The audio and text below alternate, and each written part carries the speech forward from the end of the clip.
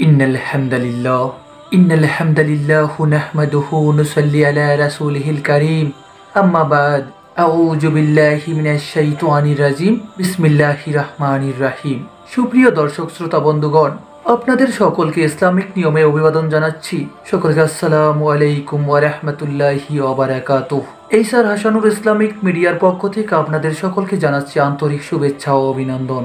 আজকে আমাদের প্রশ্ন উত্তর পর্বে ইমরান হাসান হৃদয় নামের একজন ভাই আমাদের প্রশ্ন রেখেছেন, এই পৃথিবীতে কিভাবে এত ধর্মের উদ্ভব ঘটেছে, এই পৃথিবীতে কিভাবে এত ধর্মের সৃষ্টি হলো।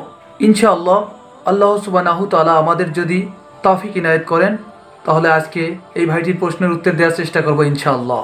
এই পৃথিবীর সর্বপ্রথম মানব হলেন হযরত আদম আলাইহিস সালাম এবং সর্বপ্রথম মানবী হলেন হযরত হাওয়া আলাইহিস সালাম।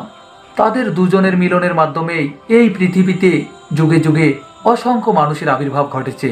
আল্লাহ সুবহানাহু তাআলা যে মহান উদ্দেশ্য নিয়ে মানুষকে সৃষ্টি করেছিলেন, সমগ্র জিন জাতি ও মানব জাতি একমাত্র আল্লাহ তাআলারও ইবাদত বন্দেগী করবে, কিন্তু দিনের পর দিন মানুষ আল্লাহ তাআলাকে ভুলে গিয়ে বিভিন্ন ধরনের দেবদেবীর পূজা, বিভিন্ন ধরনের মূর্তি পূজা করতে লাগলো।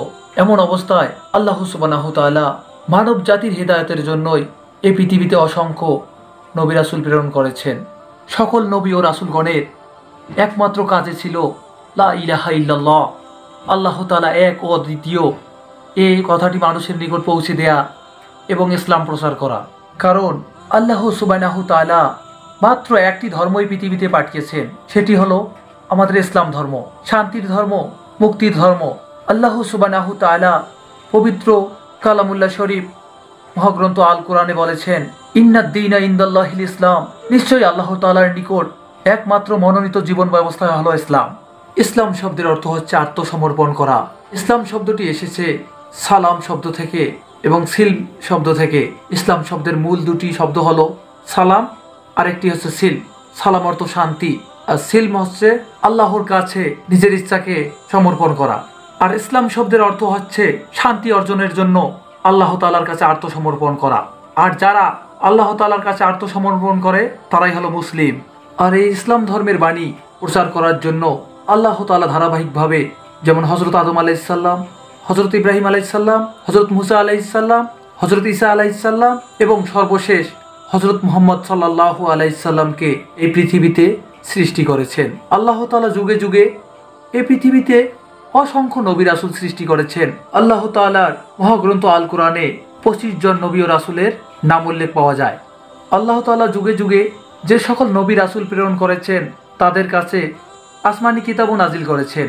এই আসমানি কিতাব নাজিল করার একমাত্র উদ্দেশ্য হলো মানুষ যখন আল্লাহ তাআলাকে ভুলে গিয়ে বিভিন্ন ধরনের অপকর্মে লিপ্ত, অরাজকতায় লিপ্ত, অশ্লীলতায় লিপ্ত, সন্ত্রাসীতে লিপ্ত, রাহাজানিতে লিপ্ত, তখন তাদেরকে কক্ষপথে ফিরিয়ে আনার জন্য কিংবা আল্লাহ তাআলার পথে, ইসলামের পথে, দ্বীনের পথে, মুক্তির পথে, শান্তির পথে ফিরিয়ে আনার জন্যই সকল নবী রাসূলগণের উপর আল্লাহ তাআলা আসমানি কিতাব নাজিল করেছেন।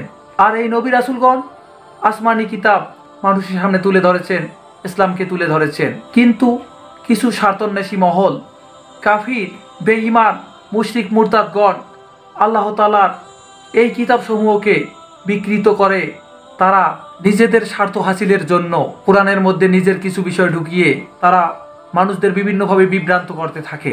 মানুষের মধ্যে বিভ্রান্ত সৃষ্টি হওয়ার পর একে অপরের প্রতি প্রতিহিংসায় মানুষ লিপ্ত হয়, বিভিন্ন ধরনের অপকর্মে লিপ্ত হয় এবং তাদের মধ্যে প্রতিহিংসার কারণে বিভিন্ন ধর্মবর্ণেরও সৃষ্টি হয়।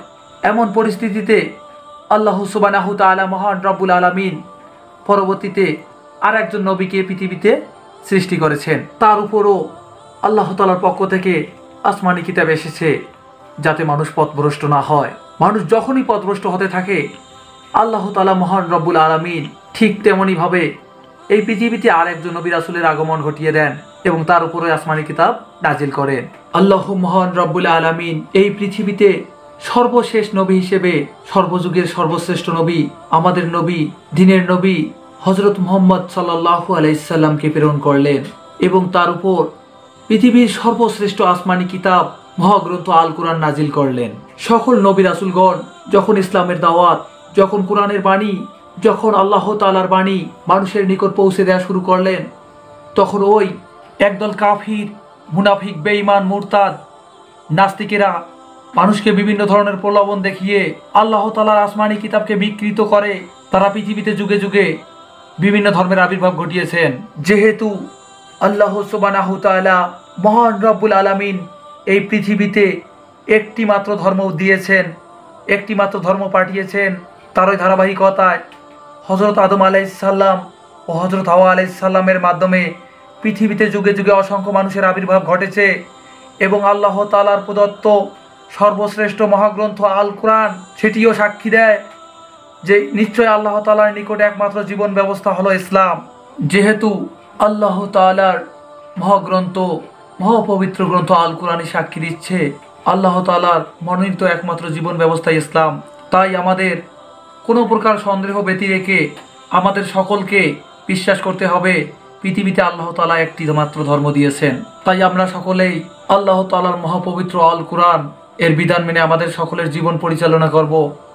আল্লাহ সুবহানাহু তাআলা মহান রব্বুল আলামিন আমাদের সকলকে সেই তৌফিক দান করুন, আমিন। শ্রদ্ধেয় ইমরান হাসান হৃদয় ভাই, আমি আশা করি আপনি আপনার প্রশ্নের উত্তর পেয়ে গেছেন। সুপ্রিয় শ্রোতা বন্ধুগণ, আজকের আলোচনা এখানেই শেষ করছি। আপনাদের যদি কোনো ধরনের ইসলামিক প্রশ্ন জানার থাকে অবশ্যই আপনারা আমাদের কমেন্ট বক্সে জানাবেন। আমরা কোরআন ও হাদিসের আলোকে সেই প্রশ্নের উত্তর দেওয়ার চেষ্টা করব ইনশাআল্লাহ। সেই পর্যন্ত আপনারা সকলে সুস্থ থাকুন, সকলের নেক হায়াত ও দীর্ঘায়ু কামনা করে আজকের আলোচনা এখানেই শেষ করছি। আসসালামু আলাইকুম ওয়া রাহমাতুল্লাহি ওয়া বারাকাতুহু।